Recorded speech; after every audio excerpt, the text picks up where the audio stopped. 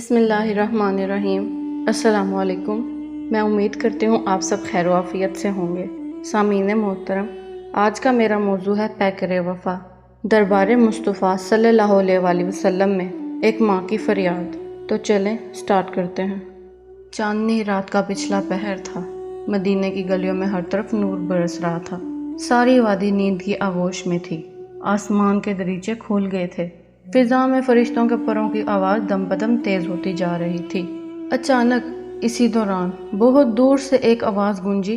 یہ آواز حضرت بلال حبشی رضی اللہ تعالیٰ عنہ کی تھی، جس نے ہر گھر میں ایک ہنگامہ برپا کر دیا تھا۔ اب مدینے کی ساری آبادی جاگ اٹھی تھی۔ سرور کونین صلی اللہ علیہ وآلہ وسلم کا منادی ایک خستہ حال گھر کے باہر آواز دے رہا تھا، گلشن اسلام کی سربلندی کے لیے خون کی ضرورت ہے۔ آج نماز فجر کے بعد مجاہدین کا لشکر ایک عظیم مہم پر روانہ ہو رہا ہے۔ مدینے کی دلیر مائیں اپنے جوان اور طاقتور بیٹوں کا نذرانہ لے کر بارگاہ رسالت صلی اللہ علیہ وآلہ وسلم میں حاضر ہوں۔ کلمہ حق کے لیے تڑپتی ہوئی لاشوں کی خوشنودی، حق کی بشارت مبارک ہو، مبارک ہو، مبارک ہو۔ خون کا جو ایک قطرہ بھی اسلام کی راہ میں ٹپکتے ہی جذب ہو جائے، اس ٹوٹے ہوئے دل کی طرح یہ ٹوٹا ہوا گھر بھی ایک بیوہ عورت کا تھا۔ 6 سال کے یتیم بچے کو ساتھ لے کر وہ سو رہی تھی۔ حضرت بلال رضی اللہ تعالیٰ عنہ کی آواز سن کر وہ چونک پڑی، دروازے پر کھڑے ہو کر غور سے سنا، اور سنتے ہی پرانی یاد تازہ ہو گئی اور زخموں پر لگی چوٹ ابھر آئی۔ آنکھیں آنسوؤں سے بھر گئیں۔ 6 سال کا بچہ سو رہا تھا، ماں زور و قطار رو رہی تھی، اور ماں کی محبت نے بچے کو سینے سے چپکا لیا۔ ماں کے رونے کی آواز سن کر بچے نے آنکھیں کھولی۔ ماں کو روتا ہوا دیکھ کر بےتاب ہو گیا۔ گلے میں باہیں ڈال کر معصوم اداؤں سے دریافت کیا، ماں کیوں رو رہی ہو؟ کیا ہوا؟ کیا تکلیف ہے تم کو؟ اب ایک معصوم بچے کو کیا معلوم کہ حسرتوں کی چوٹ کتنی دردناک ہوتی ہے، کہاں لگتی ہے، اور اس کی تکلیف سے سارا جسم ٹوٹنے لگتا ہے۔ عورت کا دل تو اتنا نازک ہوتا ہے کہ چھوٹی سی ٹھیس سے چور چور ہو جاتا ہے۔ بچے کے اس سوال پر ماں کا دل بھر آیا۔ گرم گرم آنسوؤں سے آنچل بھیگ گیا۔ اپنے آنسوؤں کو صاف کیا۔ بچہ بھی ماں کی حالت دیکھ کر رونے لگا۔ ماں نے بچے کو کہا، بیٹا مت رو، یتیموں کا رونا عرش ہلا دیتا ہے، تمہارے غم کی چوٹ اور تازہ ہو جائے گی۔ بدر کی وادی میں ابدی نیند سونے والے باپ کی روح کو مت تڑپاؤ۔ چپ ہو جاؤ، مت رو میرے لال۔ مگر بچہ روتا رہا اور بضد تھا کہ ماں تم کیوں رو رہی ہو؟ بالآخر ماں کے آنسو بچے کی وجہ سے تھمے، اور اپنے بچے کو تسلی دیتے ہوئے کہا، بیٹا آج بلال رضی اللہ تعالیٰ عنہ، جن کو ہم دہکتی ہوئی آگ کا نکھرا ہوا سونا کہتے ہیں، وہ اعلان کرتے ہوئے گزر رہے تھے کہ دین اسلام کو اپنے جان بازوں کی ضرورت ہے، اور نماز فجر کے بعد ایک لشکر میدان جنگ کے لیے روانہ ہوگا۔ آقا کونین صلی اللہ علیہ وآلہ وسلم نے اپنے جان بازوں اور وفاداروں کو آواز دی ہے۔ کتنی خوش نصیب ہوں گی وہ مائیں جن کے لخت جگر آقا دو عالم صلی اللہ علیہ وآلہ وسلم اپنے نذرانہ عقیدت میں لیں گے۔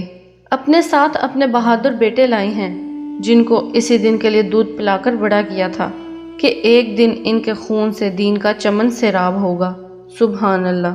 یا رسول اللہ صلی اللہ علیہ وآلہ وسلم، ہمارے ارمانوں کی یہ حقیر قربانی قبول فرما لے کہ عمر بھر کی محنت وصول ہو جائے۔ یہ کہتے کہتے ماں کی آنکھیں پھر ڈگڈگا گئیں، آواز بھر گئی۔ بچہ ماں کو روتا دیکھ کر مچل گیا۔ ماں بچے کو کہنے لگی، بیٹا ضد نہ کرو، دل کی چوٹ تم نہیں سمجھتے، میں اپنے نصیب کو رو رہی ہوں۔ کاش آج میرا بھی کوئی جوان بیٹا ہوتا تو میں بھی اپنا نذرانہ شوق لیے رحمت عالم صلی اللہ علیہ وآلہ وسلم کی بارگاہ میں حاضر ہوتی۔ افسوس کہ آخرت کے اس سب سے بڑے اعزاز سے محروم ہو گئی ہوں میں۔ یہ کہتے کہتے پھر دل کا درد جاگ اٹھا، اور غم کی تپش بڑھ گئی، اور آنکھوں سے بھر کر آنسو ٹپکنے لگے۔ بچے نے ماں کو چپ کرواتے ہوئے کہا، اس میں رونے کی کیا بات ہے میری ماں؟ تمہاری گود تو خالی نہیں ہے۔ آقا دو جہاں صلی اللہ علیہ وآلہ وسلم کی خدمت میں تمام عورتیں اپنے جوان بیٹوں کو لے کے جائیں گی، تم مجھے لے جانا۔ ماں نے بچے کا جواب سن کر کہا، بیٹا میدان جنگ میں بچوں کو لے کر نہیں جاتے، وہاں تو شمشیر کی نوک سے دشمن کی صفیں الٹنے کے لیے جوانوں کی طاقت کی ضرورت ہوتی ہے، وہاں سروں پر چمکتی ہوئی تلواروں کی بجلیاں گرتی ہیں۔ بچے نے کہا، مانا کہ میں میدان جنگ میں نہیں جا سکتا، مگر بارگاہ رسالت صلی اللہ علیہ وآلہ وسلم میں حاضری کی تو کوئی قید نہیں۔ ہماری قربانی سرکار صلی اللہ علیہ وآلہ وسلم نے قبول فرما لی تو ٹھیک، اگر بچہ سمجھ کر واپس بھیج دیا تو اس بات کا غم نہ ہوگا کہ اسلام کے لیے اپنی جان کا نذرانہ پیش کرنے سے ہم محروم ہوں گے۔ جان چھوٹی ہو یا بڑی، جان تو جان ہوتی ہے، کوئی فرق نہیں پڑتا۔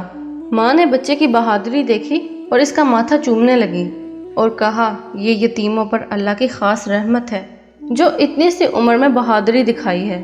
صبح جب سورج طلوع ہوا تو ماں اور بچہ آقا دو عالم صلی اللہ علیہ وآلہ وسلم کی خدمت میں حاضر ہوئے۔ حضور پاک صلی اللہ علیہ وآلہ وسلم جوانوں کی چھان بین سے فارغ ہوئے تو حضرت بلال حبشی رضی اللہ تعالی عنہ سے فرمایا، یہ چھوٹا بچہ اور عورت کون ہے؟ پوچھنے پر ماں نے بتایا کہ میرے شوہر نے جنگ بدر میں جام شہادت نوش کیا اور یہ 6 سال کا بچہ میری کل کائنات ہے جسے سرکار دو عالم صلی اللہ علیہ وآلہ وسلم کے قدموں میں نثار کرنے کے لیے لائی ہوں۔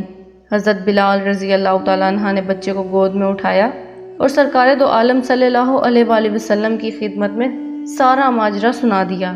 آپ صلی اللہ علیہ وآلہ وسلم نے بچے کو آغوش رحمت میں جگہ دی، پیار کیا اور فرمایا، میری رحمتوں کے محبوب صاحبزادے، تم ابھی کم سن ہو، محاذ جنگ میں جوانوں کی ضرورت پڑتی ہے، ابھی تم اپنی ماں کی آغوش میں پلو بڑھو اور گلشن اسلام کی بہار بنو۔